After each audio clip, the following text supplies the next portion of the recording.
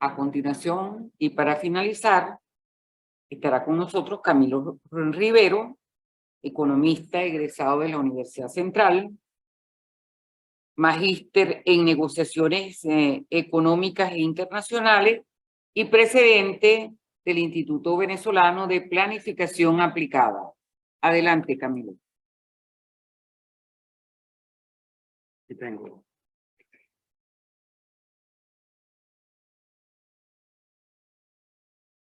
Buenas tardes ya. Déjenme poner aquí el cronómetro, que le prometí a Wilmara que iba a hacer lo más breve posible. Y a Miro también. Bueno,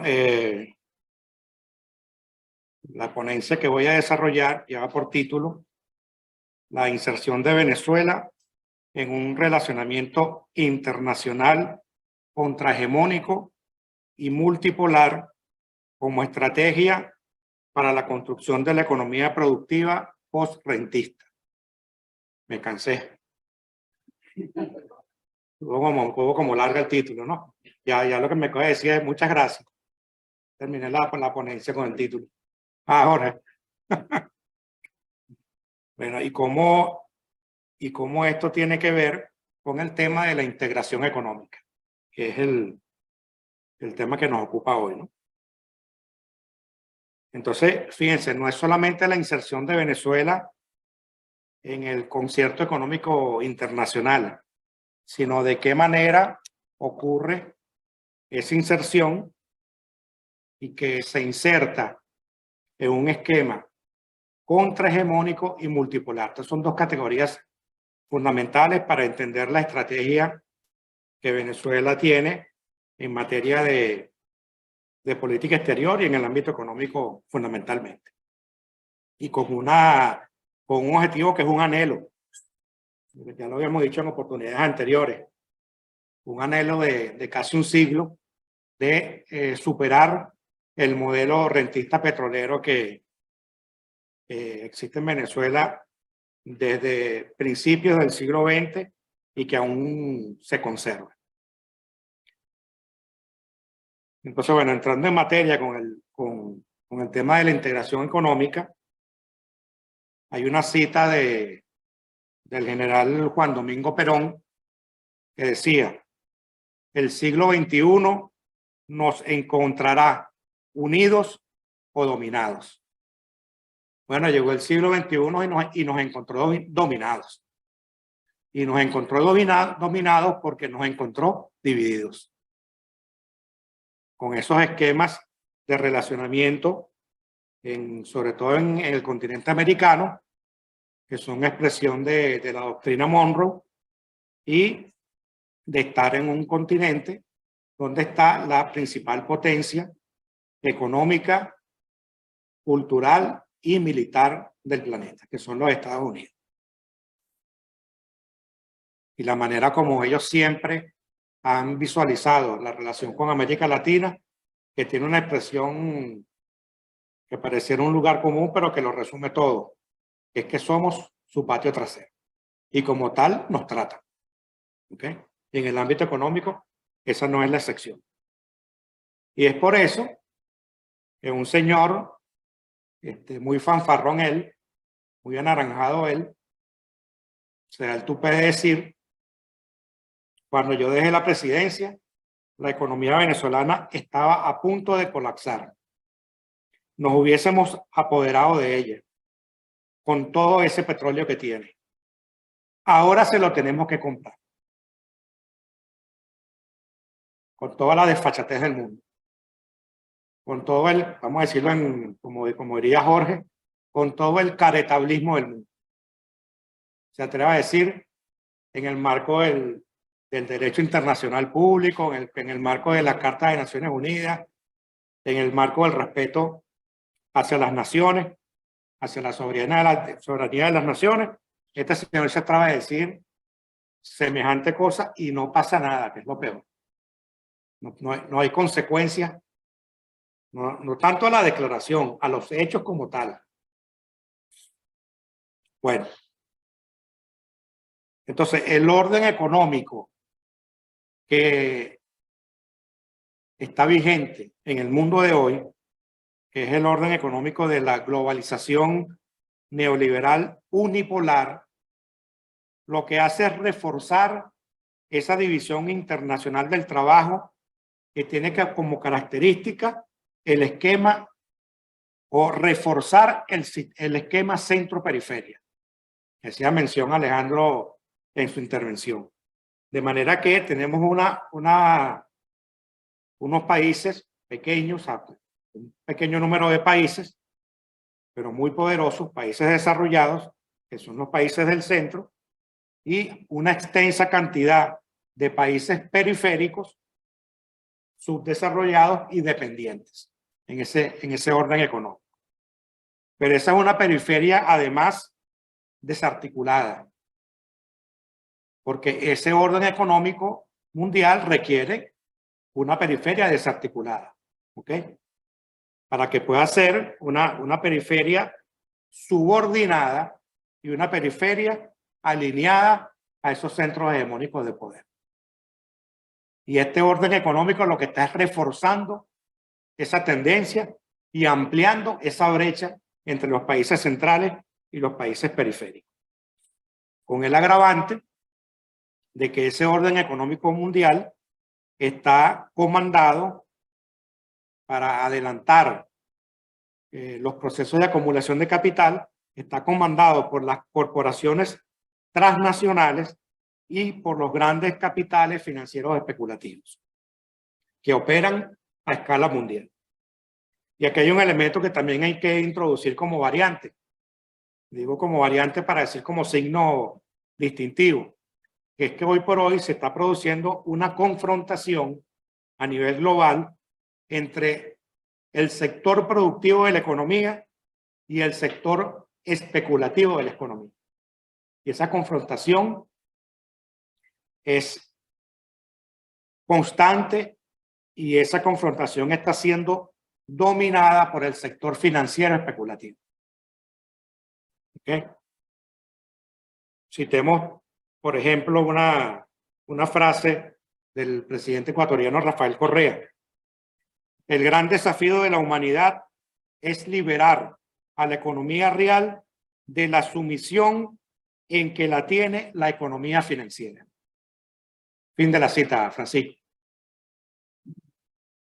Entonces, esta es el esquema general en la dinámica de las relaciones económicas internacionales y donde tenemos que visualizar cómo se inserta Venezuela, de qué manera se inserta Venezuela como país, como economía y en el marco de ser un país latinoamericano.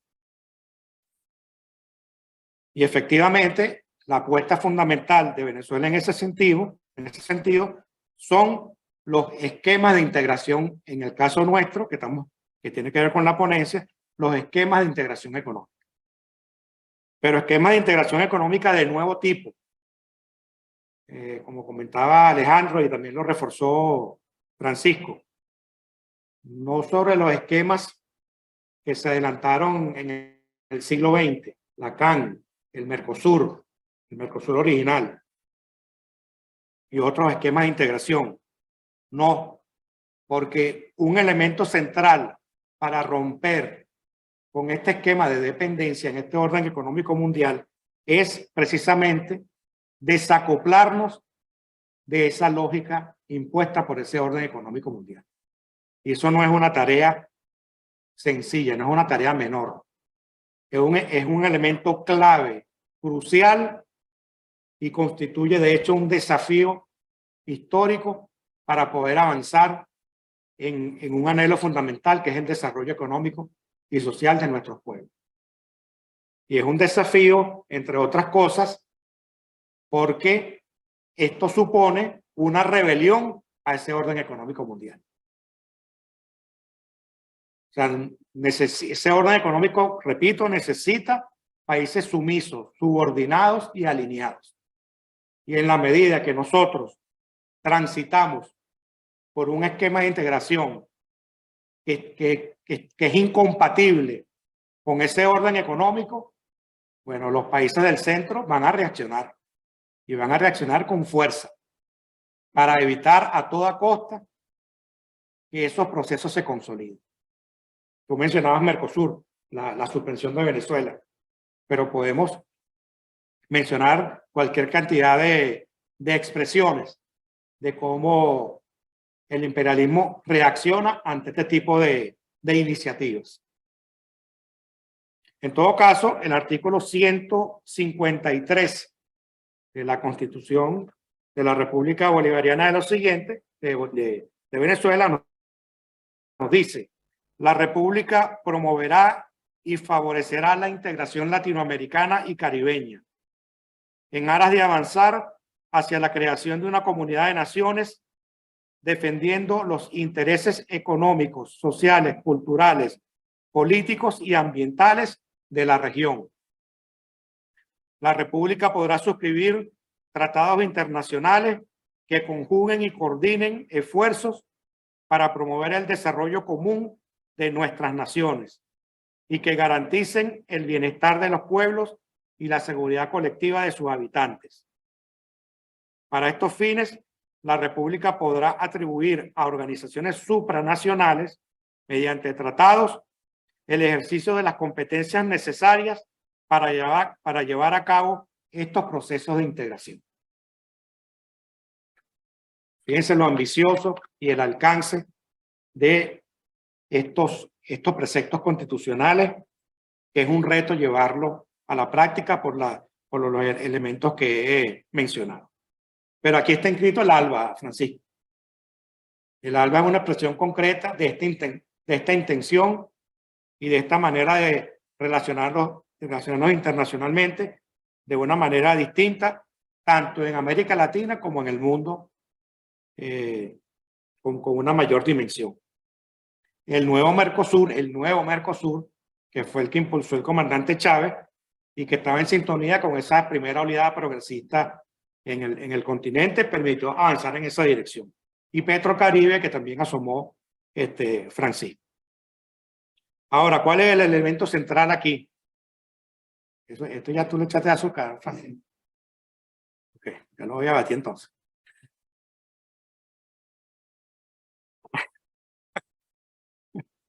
No, esa le quede la presentación.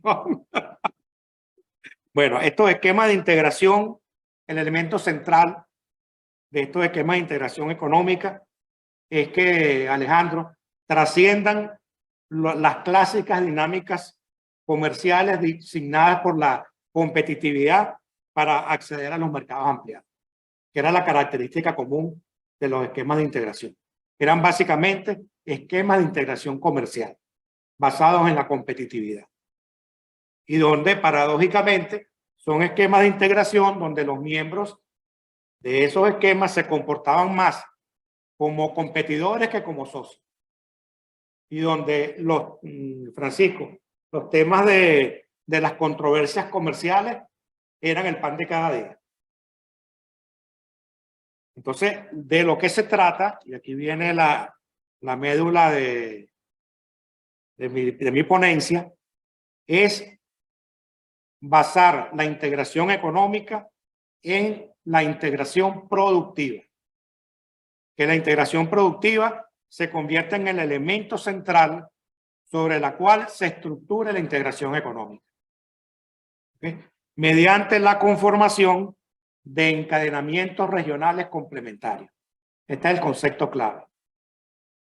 Y para ello, obviamente, como estrategia, debemos explorar cuáles serían potencialmente esos encadenamientos productivos regionales complementarios, en qué áreas se pueden dar, ¿okay?, con mayor facilidad, con mayor inmediatez, para iniciar el proceso. Eso que llaman victorias tempranas. Y a partir de esas victorias tempranas, generar círculos virtuosos que permitan ir desarrollando ese concepto. A sabiendas que nos vamos a encontrar con diferentes trabas propias del orden económico mundial en el cual estamos insertos, pero que a la misma vez tenemos que tener presente que esos esquemas no se agotan a lo interno del bloque. O sea, la conformación de esos encadenamientos productivos en sus distintos eslabones pueden tener componentes internos, pero pueden haber, como de hecho va a ocurrir, componentes que van a tener que tienen que seguir teniendo el relacionamiento con el resto del mundo. Y que en todo caso, para que puedan ser impulsados, necesitamos fortalecer los aspectos tecnológicos, logísticos, de infraestructura, comerciales, financieros y monetarios, acoplando las capacidades y potencialidades productivas conjuntas, que es un elemento fundamental para apuntalar esos procesos de desarrollo. Y aquí en los aspectos financieros y monetarios, hay que hacer énfasis en dos aspectos. En las experiencias en este siglo XXI en América Latina, podemos citarlas en el Banco del Sur y en el Banco del Alba. Y en el aspecto monetario, podemos hablar del Sucre. Y en todo caso, estaríamos hablando de una estrategia que se inserta en esa estrategia a nivel global, que no es otra cosa que la desdolarización de las relaciones económicas internacionales. Y estos esquemas apuntan en esa dirección. Llevo 14 minutos apenas, Wilmara. Y ya voy a terminar. Entonces, los proyectos de integración productiva regional se convierten en un elemento clave para disminuir las vulnerabilidades externas existentes en cada uno de los países vistos individualmente. ¿Okay? Y eso permitiría, Francisco, potenciar las capacidades negociadoras de la región como bloque en su posicionamiento internacional. Entonces, no es lo mismo que Venezuela se inserte en los BRICS a que el ALBA se inserte en los BRICS, a que el Mercosur se inserte en los BRICS, o a que tú hacías mención a eso, que la UNASUR y la CELAC, que hasta ahora han sido foros esencialmente políticos, desarrollen una expresión económica de integración. De manera que podamos tener una inserción de la CELAC en los BRICS, por ejemplo. Y no de Venezuela, Argentina, ¿cuáles son los otros países latinoamericanos, aparte de Brasil, que ya es miembro, que ya solicitaron su incorporación en el BRICS, pero como países.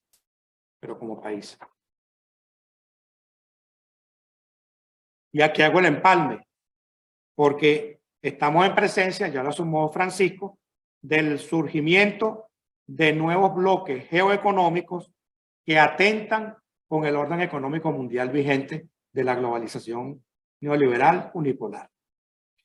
Y aquí quiero hacer un énfasis en dos países. Ya lo dijo Francisco, Rusia y China. Porque la relación ruso-china, uno pudiera verla como una simple relación bilateral. Y no es una relación bilateral. Incluso uno pudiera darle el carácter de alianza estratégica. Y todavía no da cuenta de la magnitud de lo que está detrás de esa alianza. Realmente estamos hablando de una alianza contrahegemónica. Eso sí da cuenta de lo que significa la relación de Rusia y China. Porque China aporta su poderío económico, su enorme poderío económico. Pero Rusia aporta su enorme poderío militar. Y esa es una combinación letal desde el punto de vista contrahegemónico para poder enfrentar la hegemonía occidental que está expresada en el grupo de los 7, ¿okay? En el G7. Y aquí entro con los BRICS, porque cuando hablamos de los BRICS, estamos hablando, si quieres poner la lámina que te comenté, cuando estamos hablando de los BRICS, ahí está Rusia y China. Pero además están la India, que es un país, una de las principales economías emergentes del mundo. Avísame cuando tengas el mapa. Ok. Y aquí hay una consideración, Francisco, que el BRICS creo que es la primera vez que estamos en presencia de un esquema de integración global. Porque la mayoría de los esquemas de integración han sido de carácter regionales. Corrígeme si estoy equivocado, Francisco. Mercosur, el ALBA, la CAN, el SICA, el CARICOM, etcétera. Son esquemas, la Unión Europea, son esquemas de integración regional. Pero vean cuál es la característica fundamental de los BRICS. Ahí está un país europeo, que es Rusia, que es la principal economía de Europa del Este. No de Europa, de Europa del Este. Tenemos a China, que es la principal economía asiática. Tenemos a la India, que es la segunda economía asiática. Tenemos a Sudáfrica, que es la principal economía africana, y tenemos a Brasil, que es la principal economía latinoamericana. Entonces, es un esquema de integración global. El único continente que no está expresado en los BRICS es Oceanía.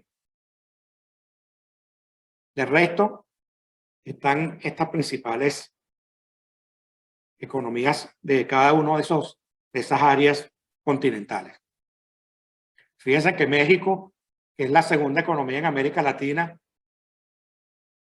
creo que nunca va a formar parte de los BRICS, porque México forma parte del NAFTA, el Tratado de Libre Comercio norteamericano, junto con Canadá y los Estados Unidos, y eso la tiene sentenciada a que no va a escapar de esa situación. Aquí evocamos aquella célebre frase del presidente mexicano Benito Juárez: pobre México, tan lejos de Dios y tan cerca de los Estados Unidos. Y eso es una condena per se que tiene México en ese sentido, o por lo menos le va a costar mucho salir de esa situación. Entonces, bueno, en ese mapa lo que estamos viendo es la confrontación de los BRICS con el G7 y cómo se han venido sumando. ¿Cuántos países dijiste que van ya? 27. 27 países que han solicitado su incorporación a este esquema de integración, y que entre los cuales está Venezuela, pero que vuelvo y repito, lo ideal no es que Venezuela o Argentina se sumen a los BRICS, sino que Venezuela y Argentina, en un esquema de integración económica regional, se inserte en los BRICS, que es una consideración muy distinta. Porque vuelvo y repito, la capacidad negociadora, si quieres ya puedes quitar la lámina, así que mira, la capacidad negociadora de nuestros países bajo un esquema de integración económica es muchísimo más fuerte que bajo cada uno de nosotros como países individuales. Voy a terminar, Wilmara, 21 minutos, con una cita otra vez del presidente ecuatoriano Rafael Correa. La patria grande ya no es solo un ideal de nuestros libertadores, es una necesidad de supervivencia, un escudo contra la explotación, contra el neocolonialismo. Entonces creo que con este enfoque que adelantó el comandante Chávez de la importancia de la integración económica para Venezuela y para América Latina, creo que podemos transitar como país y como bloque en esa inserción en las relaciones económicas internacionales con una mayor capacidad negociadora que nos permita avanzar en lo que es el desarrollo económico y productivo de nuestras naciones para el beneficio de nuestros pueblos. 22 minutos, Wilmara. Muchas gracias. Wilmara me está aplaudiendo por el tiempo. Hemos llegado. ¿Ese eras tú? Hemos llegado.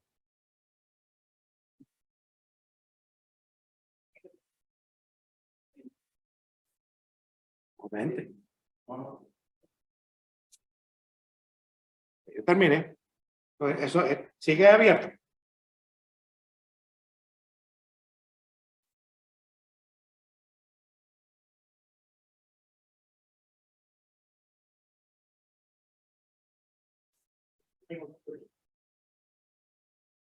Hemos llegado a emociones.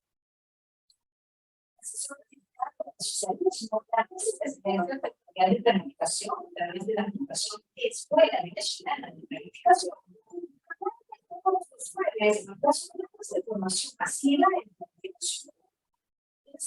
Algunas de dos tipos de personas con regularidad y presencia de formación masiva están dirigidas al gobierno venezolano y a los distintos espacios de información en las instituciones. El principio de los colores de la constitución de los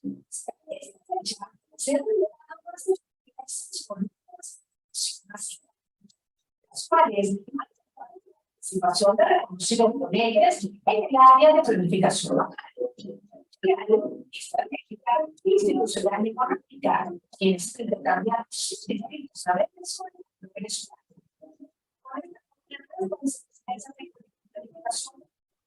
Desarrollo distintas herramientas de la planificación popular y las actividades concretas de acción, la organización de los planes sectoriales, los proyectos construyeron la formación de Estado son